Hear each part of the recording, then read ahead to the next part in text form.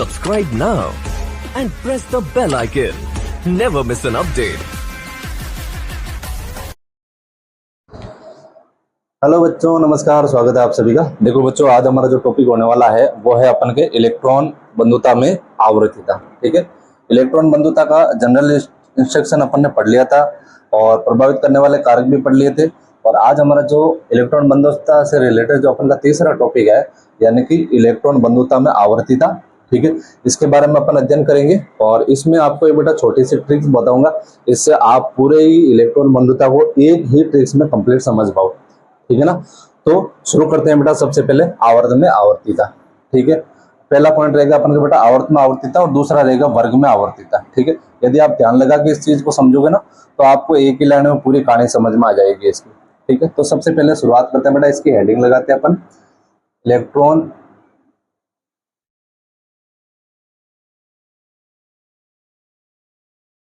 बंधुता।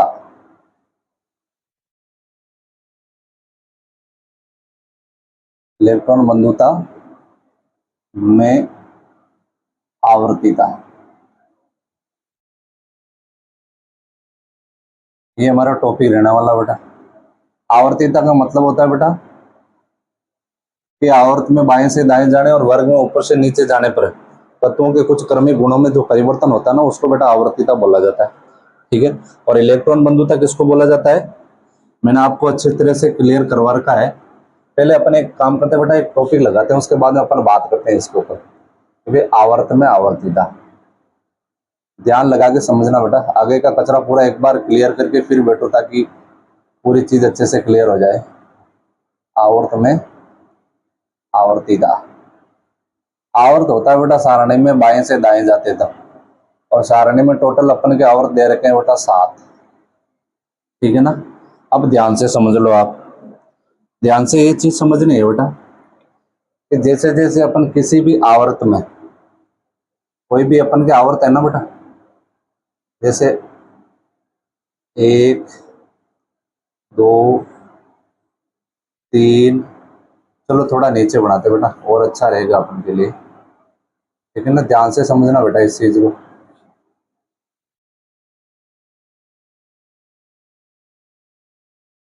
इसको इस तरीके से बनाते हैं, अच्छा रहेगा, क्योंकि इसमें और भी बहुत सारे टॉपिक आने वाला है। 1 2 3 और 4।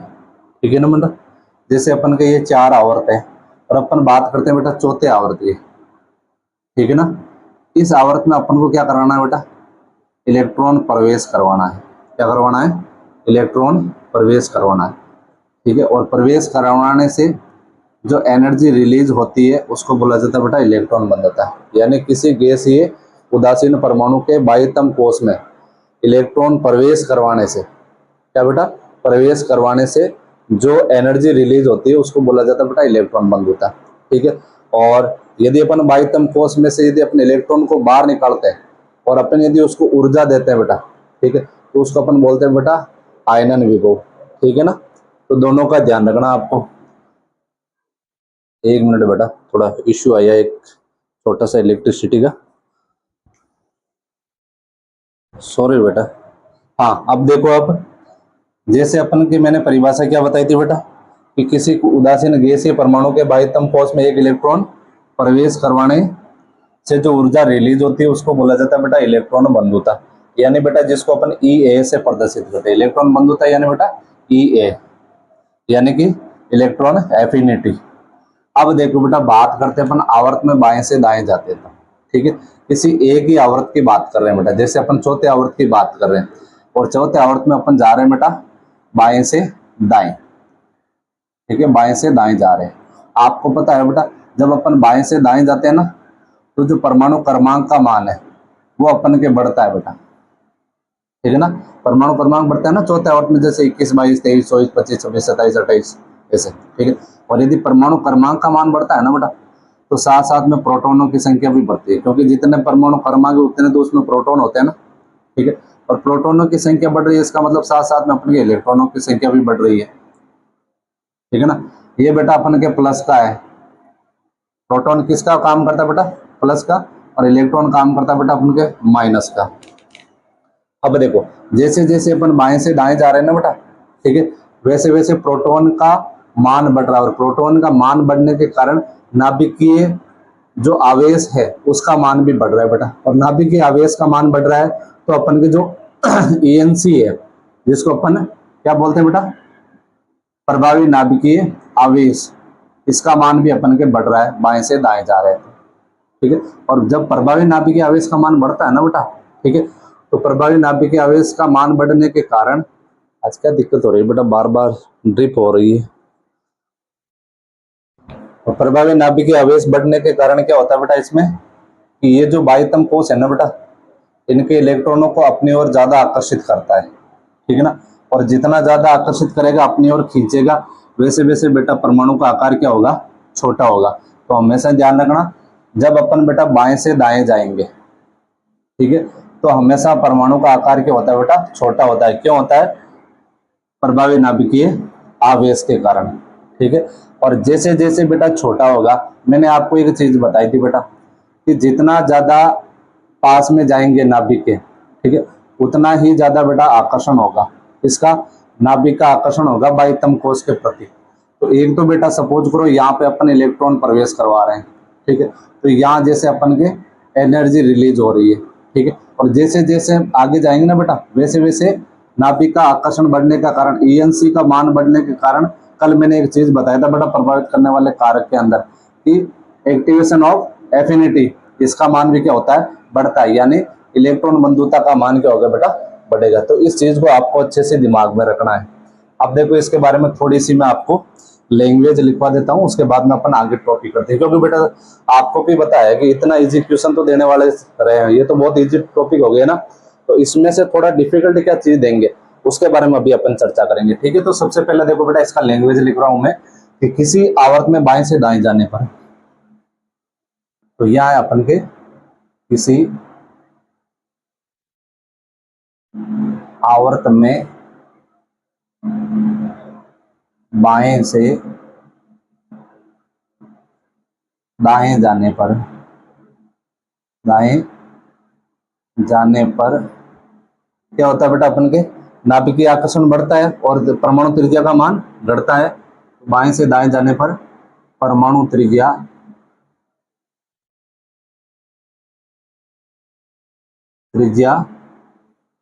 का मान घटता है, का मान घटता है, ठीक है।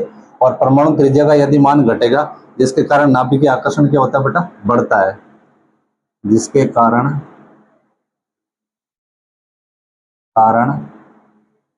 नाभिकीय आकर्षण बढ़ता है, नाभिकीय आकर्षण बढ़ता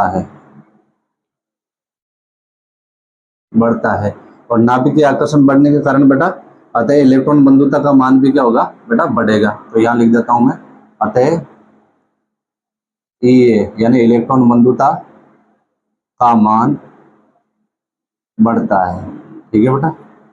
ये हो गई अपने बेटा इसकी लैंग्वेज, ठीक है। ये तो हो गई बेटा सिंपल कहानी।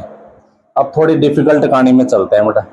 डिफिकल्ट कहानी क्या है, देखो ध्यान से देना, मैं आपको एक अपवाद बता रहा हूँ बेटा, हालांकि इसके बारे में अपन ने लास्ट क्लास के अंदर जिक्र कर लिया था। अब अपवाद को ध्यान से देखना बेटा, क्योंकि इतना इजी तो ट्यूशन नहीं देने वाले नीट वाले, ठीक है ना, क्योंकि वो तो पेपर सेटर सारे 1.5 सियाने होते हैं ना, तो इतना इजी तो देने से रहे बेटा। देखो एक छोटी सी बात है बेटा, ये जो ग्रुप 14 है ना बेटा, ग्रुप 14 सारणी में, और एक ग्रुप 15 है बेटा, 15। अपन जनरली क्या कर रहे हैं बेटा, कि आवर्त सारणी में बाएं से दाएं यानी 14 से 15 की तरफ जा रहे हैं, जिसके कारण नाभि आकर्षण बढ़ रहा है और ए का मान बढ़ता है। लेकिन यहाँ बेटा उल्टा होता है, यहाँ 14 का मान अधिक होता है, ठीक है ना, 15 का मान क्या रहेगा, कम रहेगा। उसका कारण बताता हूँ आपको। चलो जैसे अपन बेटा एग्जाम्पल लेते हैं, देखो एक तो है अपन के कार्बन, ठीक है, एक लेते हैं बेटा नाइट्रोजन, एक चलो लेते हैं बेटा सिलिकॉन, और एक लेते हैं अपन फास्फोरस। ठीक है, इनका तुलनात्मक अध्ययन करते हैं बेटा। ठीक है ना। जैसे अपन इसका इलेक्ट्रॉनिक विन्यास की बात करें बेटा, इनकी वर्ग 14 की, तो यहाँ लिखता हूं मैं अपन के कारण। कारण ध्यान से समझना बेटा, इसका जो इलेक्ट्रॉनिक विन्यास है ना, विन्यास, ये होता है बेटा इसका np2 होता है। ठीक है ना। अभी अपन देखेंगे np2 कैसे होता है। और इसका जो इलेक्ट्रॉनिक विन्यास है ना बेटा, np3 होता है। इलेक्ट्रॉनिक विन्यास np3 होता है बेटा। ठीक है ना। अब जैसे कार्बन की बात करें, कार्बन है बेटा 6 नंबर पे, तो इसका इलेक्ट्रॉनिक विन्यास हो जाएगा 1s2 2s2 और 2p2। ठीक है। सिलिकॉन को देखो बेटा, सिलिकॉन आता है 14 नंबर पे। ठीक है ना। सिलिकॉन का हो जाएगा बेटा 1s2 2s2 2p6 3s2 और 3p2। ये हो गया ना बेटा, 2 2 4 6 10 2 12 2 14। अब बात करते हैं बेटा नाइट्रोजन की। नाइट्रोजन होता है बेटा 7 नंबर पे। देखो 1s2 2s2 और 2p3। और ये है बेटा फास्फोरस है अपन के 15 नंबर पे, तो 1s2 2s2 2p6 3s2 और 3p3। ठीक है ना। अब ध्यान से समझना बेटा, मैंने आपको कल एक चीज पढ़ाई थी कि जो अपन की स्थायी और अर्ध स्थायी, स्थायी और अर्ध स्थायी जो इलेक्ट्रॉनिक विन्यास वाले जो है स्थायी एलिमेंट, ठीक है, उनकी एक्टिवेशन एनर्जी का मान हमेशा जो शून्य होता है बेटा। ठीक है। कहने का मतलब है इलेक्ट्रॉन जो एफिनिटी एटम है ना बेटा, जो इलेक्ट्रॉन बंधुता है, उसका मान शून्य होता है। तो ये मैंने कल चीज बताई थी आपको अच्छे से। ठीक है ना।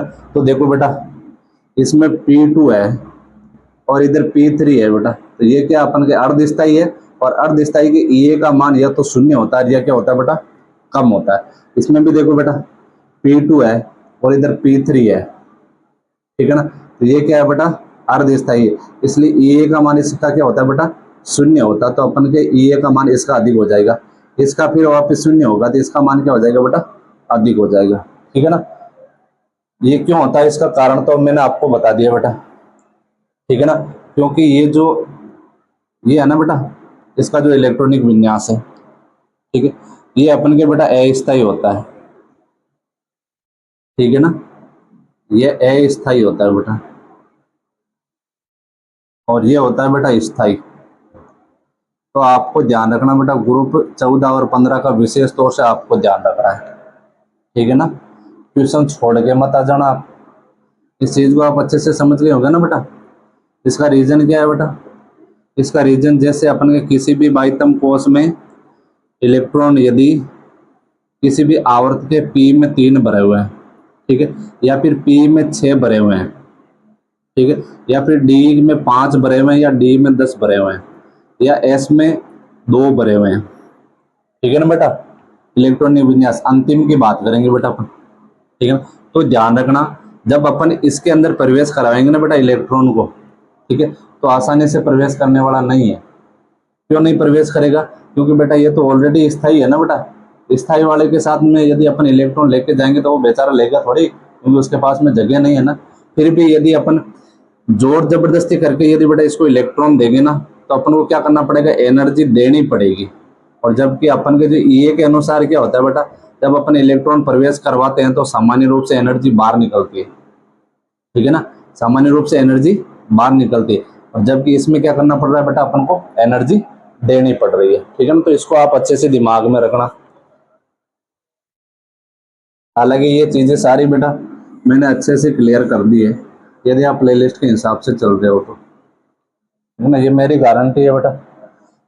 यदि कोई बच्चा प्लेलिस्ट के हिसाब से चल रहा है ना, तो उसको केमिस्ट्री फेवरेट बनाने की मेरी गारंटी है। देखो बेटा, एक छोटी सी चीज बताता हूँ आपको मैं। ठीक है। नोट लिख रहा हूँ बेटा, और नोट का मतलब है बेटा यानी सारा सारांश इसी के अंदर है। सारांश का मतलब क्या है कि जब बेटा अपन इलेक्ट्रॉन प्रवेश करवाएं किसी भी परमाणु के बाह्यतम कोश में, यदि अपन इलेक्ट्रॉन प्रवेश करवाएं, और प्रवेश करवाने से यदि अपन के एनर्जी रिलीज होती है, क्या होती है बेटा, अपन के एनर्जी रिलीज होती है। देखो ध्यान देना बेटा, एनर्जी यदि अपन के रिलीज हो यानी बेटा बाहर निकले, ठीक है, तो हमेशा ध्यान रखना ये जो ये है ना बेटा इलेक्ट्रॉन बंधुता, ये ठीक है, इसका मान हमेशा धनात्मक होता है। अच्छे से दिमाग में बैठा लो बेटा, ठीक है। और दूसरा अपन के, हाँ दूसरा है जैसे अपन के यदि जो अपन बोलते हैं बेटा इलेक्ट्रॉन लब्धि एंथैल्पी यानी इलेक्ट्रॉन गेन एंथैल्पी, जिसके बारे में अपन कल बात कर रहे थे, यानी इलेक्ट्रॉन बंधुता और इलेक्ट्रॉन गेन एंथैल्पी एक ही चीज होती है लेकिन इनके चिन्ह विपरीत होते हैं बेटा, ठीक है ना। तो जो इलेक्ट्रॉन गेन एंथैल्पी है जिसको अपन प्रदर्शित कर सकते हैं बेटा डेल्टा एच से, ठीक है ना, डेल्टा एच ये हो जाएगा बेटा नेगेटिव, ठीक है। ये तो है बेटा अस्थायी तत्वों की कहानी। अब यदि अपन स्थायी वालों की बात करें तो बेटा अपन को क्या करना पड़ेगा, इसके अंदर जैसे यदि इलेक्ट्रॉन प्रवेश करवाएंगे ना तो अब एनर्जी रिलीज नहीं होने वाली, अब अपन को एनर्जी देना पड़ेगा बेटा, क्या करना पड़ेगा, देना पड़ेगा उसको, लेकिन जबरदस्ती प्रवेश करवा रहे हैं ना। और जहां इलेक्ट्रॉन प्रवेश करवाने के साथ साथ में एनर्जी दी जाती है बेटा, ठीक है, वहां पर इलेक्ट्रॉन बंधुता का मान नेगेटिव हो जाता है, ठीक है। तो इस चीज का आपको अच्छे से दिमाग में बैठा लेना है कि यदि एनर्जी दे रहे हैं अपन तो बेटा ई ए यानी एक्टिवेशन सॉरी इलेक्ट्रॉन एफिनिटी का जो मान है वो नेगेटिव हो जाएगा बेटा, और जो इलेक्ट्रॉन गेन एंथैल्पी यानी इलेक्ट्रॉन लब्धि एंथैल्पी है इसका मान हो जाएगा बेटा धनात्मक, ठीक है ना। अब देखो आपको एक क्वेश्चन देता हूं बेटा, क्वेश्चन क्या है उसको ध्यान से समझना। देखो बेटा यहाँ चलो अपवाद नंबर ये तो एक हो गया, दूसरे अपवाद की बात करते हैं, नंबर दो। नंबर दो है बेटा कि वर्ग दो के तत्व, वर्ग दो के तत्व यानी जैसे बेटा बेरिलियम और मैग्नीशियम, ठीक है, बेरिलियम एंड मैग्नीशियम की इलेक्ट्रॉन लब्धि एंथैल्पी की इलेक्ट्रॉन लब्धि एंथैल्पी धनात्मक धनात्मक होती है, ठीक है ना बेटा, ये बात है बेटा। अब देखो इसको ध्यान से देखना बेटा, वर्ग दूसरे की बात कर रहे हैं अपन, दूसरा वर्ग यही है ना बेटा, जैसे पहला S1 है और दूसरा बेटा अपन का S2 है, ठीक है ना, बेरिलियम और मैग्नीशियम S2 की बात कर रहे हैं, और S2 इसका मतलब क्या बेटा स्थायी है ना, ठीक है। अब स्थायी यदि कोई है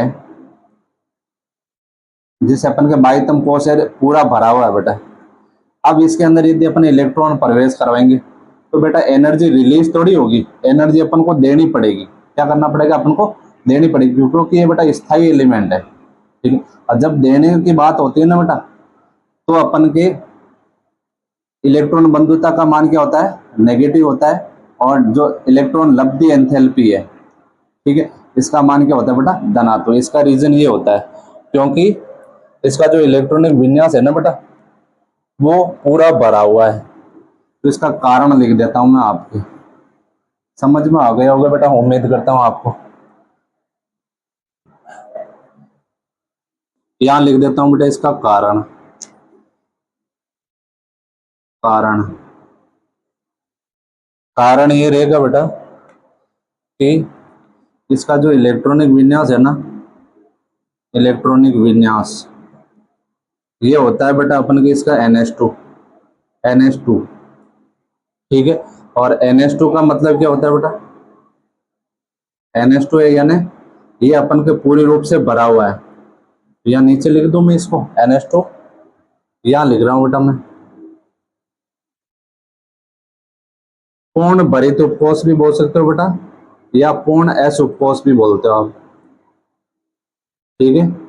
और जब पूर्ण असुपकोष है ना बेटा, तो ये क्या है अपन के स्थायी है। आई चीज समझ में? स्थायित्व अपने आप को स्थायित्व प्रदर्शित करता है बेटा, यह स्थायी होता है।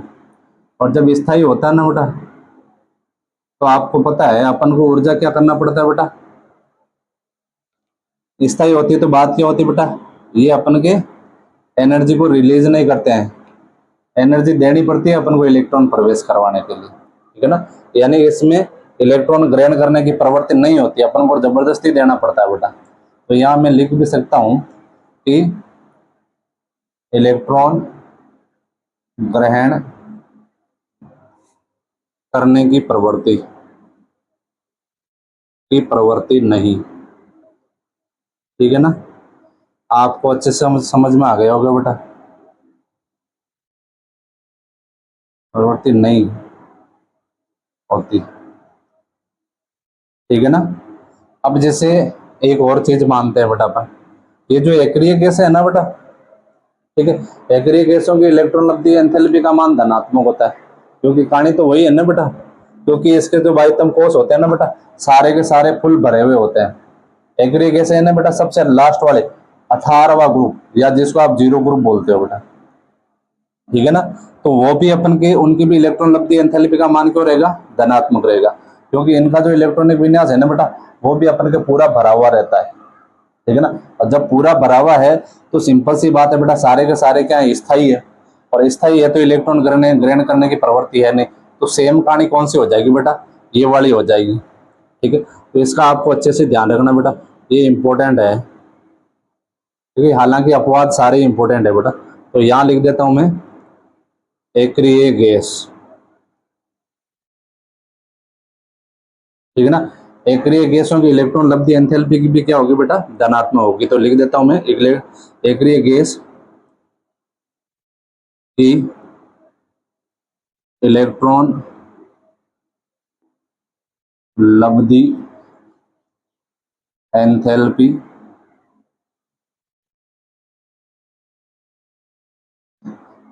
धनात्मक होती है, धनात्मक होती है। कारण भी बता देता हूं बेटा, चलो इधर ही कारण की बात कर लेते हैं। कारण क्या हो जाएगा बेटा, इसका जो इलेक्ट्रॉनिक विन्यास है ना बेटा, वो स्थायी होता है। चलो कारण की बात कर लेते हैं, और कारण में एक ही होता है बेटा, इलेक्ट्रॉनिक विन्यास, इलेक्ट्रॉनिक विन्यास क्या होता है बेटा, इलेक्ट्रॉनिक विन्यास इसका इलेक्ट्रॉनिक विन्यास क्या रहेगा बेटा, यहां लिख देता हूं बेटा, इलेक्ट्रॉनिक विन्यास सभी कक्षाएं भरी हुई, सभी कक्षाएं भरी हुई, और यदि सभी कक्षाएं भरी हुई है ना बेटा, इसका मतलब क्या है कि ये अपन के स्थायी होते हैं, स्थायी होते हैं, और स्थायी होते हैं तो बेटा इनमें भी इलेक्ट्रॉन ग्रहण करने की प्रवृत्ति नहीं होती, स्थायी होते हैं और इलेक्ट्रॉन ग्रहण करने की प्रवृत्ति नहीं, ठीक है ना बेटा। उम्मीद करूंगा आपको अच्छे से समझ में आ गया होगा। चलो एक अपवाद और कर लेते हैं बेटा, अपवाद का नोट ही लगा लो बेटा, ठीक है ना। नोट ये है बेटा कि पूरी सारणी में अपन के इलेक्ट्रॉन मंदता सर्वाधिक किसकी होती है। ये क्वेश्चन आपके लिए छोड़ दूं या मैं लिख दूं इसका आंसर। क्लास लेने से पहले किस किस बच्चे को पता था वो कमेंट जरूर करना बेटा। तो यहां लिख रहा हूं बेटा मैं, क्लोरीन की इलेक्ट्रॉन बंधुता सर्वाधिक होती है, सर्वाधिक होती है, ठीक है ना। अब ये तो हो गया बेटा आवर्त में आवृत्तिता की कहानी। अब बात करेंगे अपन वर्ग में आवृत्तिता। वर्ग में क्या होता है बेटा, अपन ऊपर से नीचे आते हैं, और ऊपर से नीचे आ रहे हैं जैसे जैसे अपन के आवर्त की संख्या का मान क्या हो रहा है बेटा, बढ़ रहा है। कैसे बेटा, देखो ध्यान से समझ लो आप। कि जैसे अपन वर्ग में बेटा ऊपर से नीचे आ रहे हैं, ठीक है ना, पहला आवर्त, दूसरा, तीसरा, चौथा, पांचवा, छठा, सातवां, इस प्रकार ही है बेटा। 7 ही आवर्त है। वर्ग में अध्ययन कैसे होता है बेटा, ऊपर से नीचे की ओर आता है। तो जैसे जैसे ऊपर से नीचे आ रहा है ना बेटा, एक एक आवर्त की संख्या में वृद्धि हो रही है बेटा, और जैसे जैसे आवर्त की संख्या में वृद्धि हो रही है ना बेटा, वैसे वैसे परमाणु का आकार बढ़ रहा है, ठीक है ना। और परमाणु का आकार बढ़ रहा है, इसका मतलब बेटा क्या है, नाभिकीय प्रभावी नाभिकीय आवेश ENC का मान बेटा घट रहा है, क्योंकि दूरी बढ़ रही है ना, दूरी बढ़ने के साथ साथ प्रभावी नाभिकीय आवेश का मान भी घट रहा है। और यदि प्रभावी नाभिकीय आवेश का मान घटता है ना बेटा, तो जो इलेक्ट्रॉन बंद होता है, एक तो यहाँ पर इलेक्ट्रॉन प्रवेश करवाना है और एक यहाँ पे प्रवेश करवाना है बेटा। तो यहाँ पे क्या होगा बेटा, अपन के कम एनर्जी रिलीज होगी क्योंकि आसानी से घुस जाएगा। यहाँ डालेंगे तो थोड़ी और ज्यादा एनर्जी रिलीज होगी, यहाँ डालेंगे तो थोड़ी और ज्यादा एनर्जी रिलीज होगी, ठीक है ना।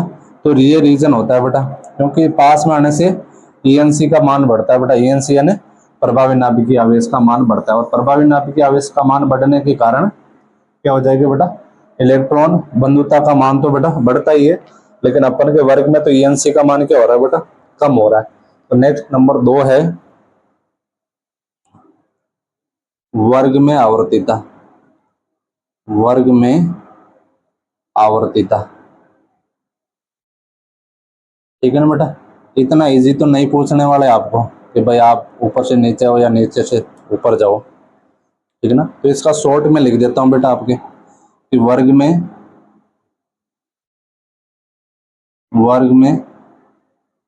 ऊपर से नीचे आने पर आगे लिख रहा हूं बेटा, यहाँ नीचे ENC के मान में क्या होगी बेटा, कमी होगी ना। ENC के मान में क्या होगी बेटा, कमी होगी। और ENC के मान में कमी होगी तो बेटा EA के मान में भी क्या होगी, कमी होगी। क्योंकि अपन ने जब कल पढ़ा था ना बेटा, क्या पढ़ा था कल अपन ने, प्रभावित करने वाले कारक, उसमें मैंने बताया था बेटा प्रभावी नाभिकीय आवेश इलेक्ट्रॉन बंधुता के क्या होता है, हमेशा समानुपाती होता है बेटा। अब एक छोटी सी चीज और है बेटा, यानी ये अपवाद है। और आपको पता है बेटा अपवाद तो सब जगह परेशान करते हैं ना, सही कहीं जो अपवाद तो आपको वैसे ही पीछा छोड़ने वाला है नहीं, ठीक है ना। तो जो अपन के अगले अपवाद है ना बेटा, बिल्कुल सिंपल है, हालांकि कोई ज्यादा लोड वाली नहीं है बात। यदि अपन बात करें ना बेटा दूसरे आवर्त के तत्वों की, ठीक है, जबकि देखो बेटा ध्यान से समझना इस क्वेश्चन को। जैसे अपन के जो दूसरा आवर्त है ना बेटा, एक तो अपन के दूसरा आवर्त का मतलब क्या रहेगा, ये तो नाभिक हो गया पहला और दूसरा। और तीसरे आवर्त की बात करें बेटा अपन, क्योंकि ऊपर से नीचे जा रहे हैं ना बेटा अपन, 1 2 और 3, ध्यान से समझ लेना बेटा आप इसको। इसमें 2 आवर्त है, इसमें 3 आवर्त है, ठीक है ना। ये तो नाभिक है बेटा इसका, ऐसा नहीं आप इसको आवर्त समझ बैठो। अब देखो बेटा ये जो दूसरा आवर्त है ना बेटा, यहां पर भी अपन के इलेक्ट्रॉन है बाहर वाले में, ठीक है, 1 2 3 4 5 6 7 8, इसमें भी 8 बना देते हैं बेटा, इसमें भी 8 बना देते हैं।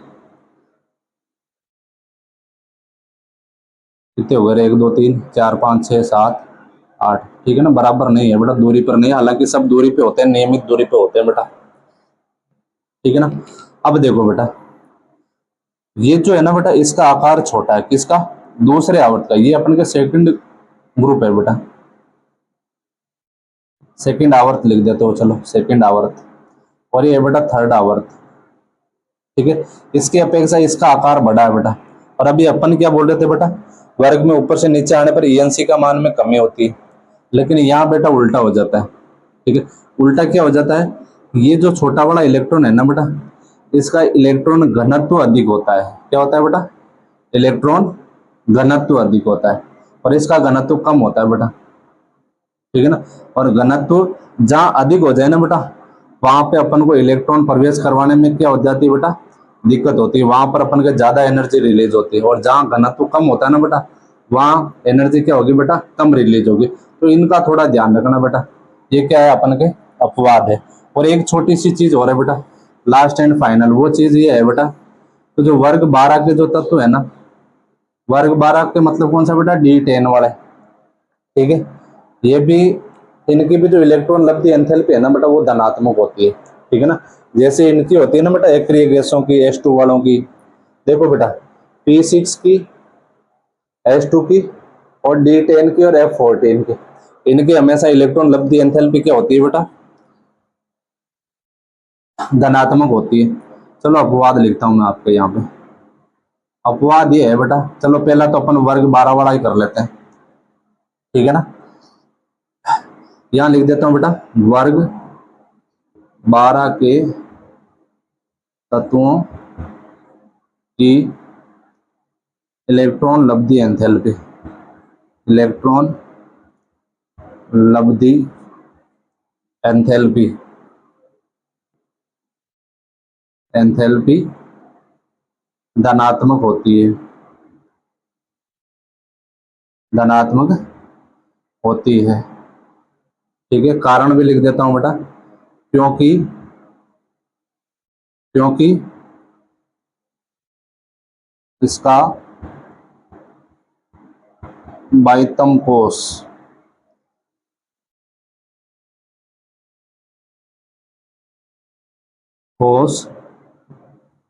पूरा भरा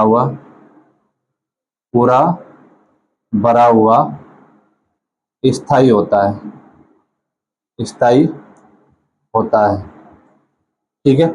और इसका इलेक्ट्रॉनिक विन्यास भी लिख देता हूं मैं, इलेक्ट्रॉनिक विन्यास वो क्या होगा बेटा इसका, ये तो लिखते हैं बेटा N-1 D10, N-1 D10 और NH2, ये तो इसका इलेक्ट्रॉनिक विन्यास होता है, ठीक है ना।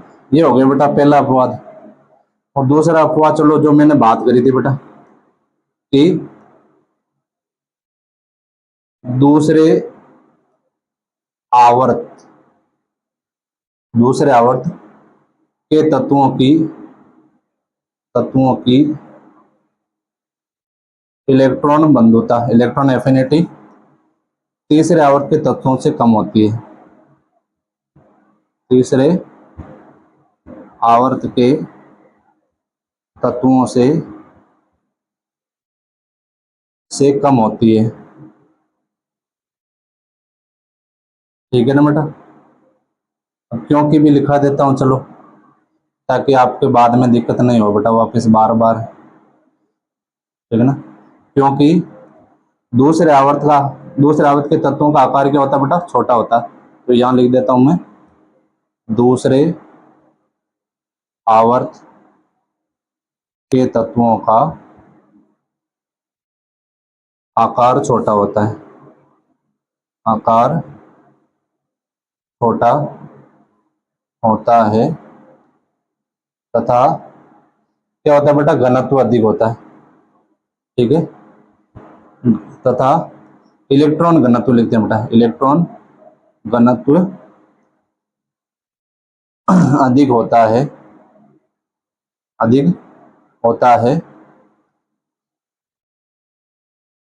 अधिक होने के कारण लिखो बेटा, अधिक होने के कारण, ताकि पूरी लाइन एक में सेंटेंस में खत्म कर दे। होने के कारण क्या हो जाएगा बेटा, अपन के बाहर से आने वाले इलेक्ट्रॉनों पर क्या लगेगा बेटा, प्रतिकर्षण लगेगा। तो यहां लिख देता हूं बेटा, अधिक होने के कारण बाहर से आने वाले इलेक्ट्रॉन पर अधिक प्रतिकर्षण लगता है, अधिक प्रतिकर्षण लगता है, ठीक है ना बेटा। तो ये होता है बेटा रीजन। उम्मीद करूंगा आपको कि तीनों क्लास के अंदर आपको इलेक्ट्रॉन बंधुता अच्छे से क्लियर हो गई होगी। और चाहे बचाए बेटा कोई सा भी एग्जाम हो, चाहे नीट का हो, चाहे दूसरा हो, चाहे तीसरा कोई सा भी हो, इससे बाहर क्वेश्चन बाहर जाना पॉसिबल ही नहीं है, ठीक है ना बेटा। तो अब अपन मिलते हैं बेटा नेक्स्ट क्लास में। Thank you, visit again. एक बार स्क्रीनशॉट भी ले लो आप।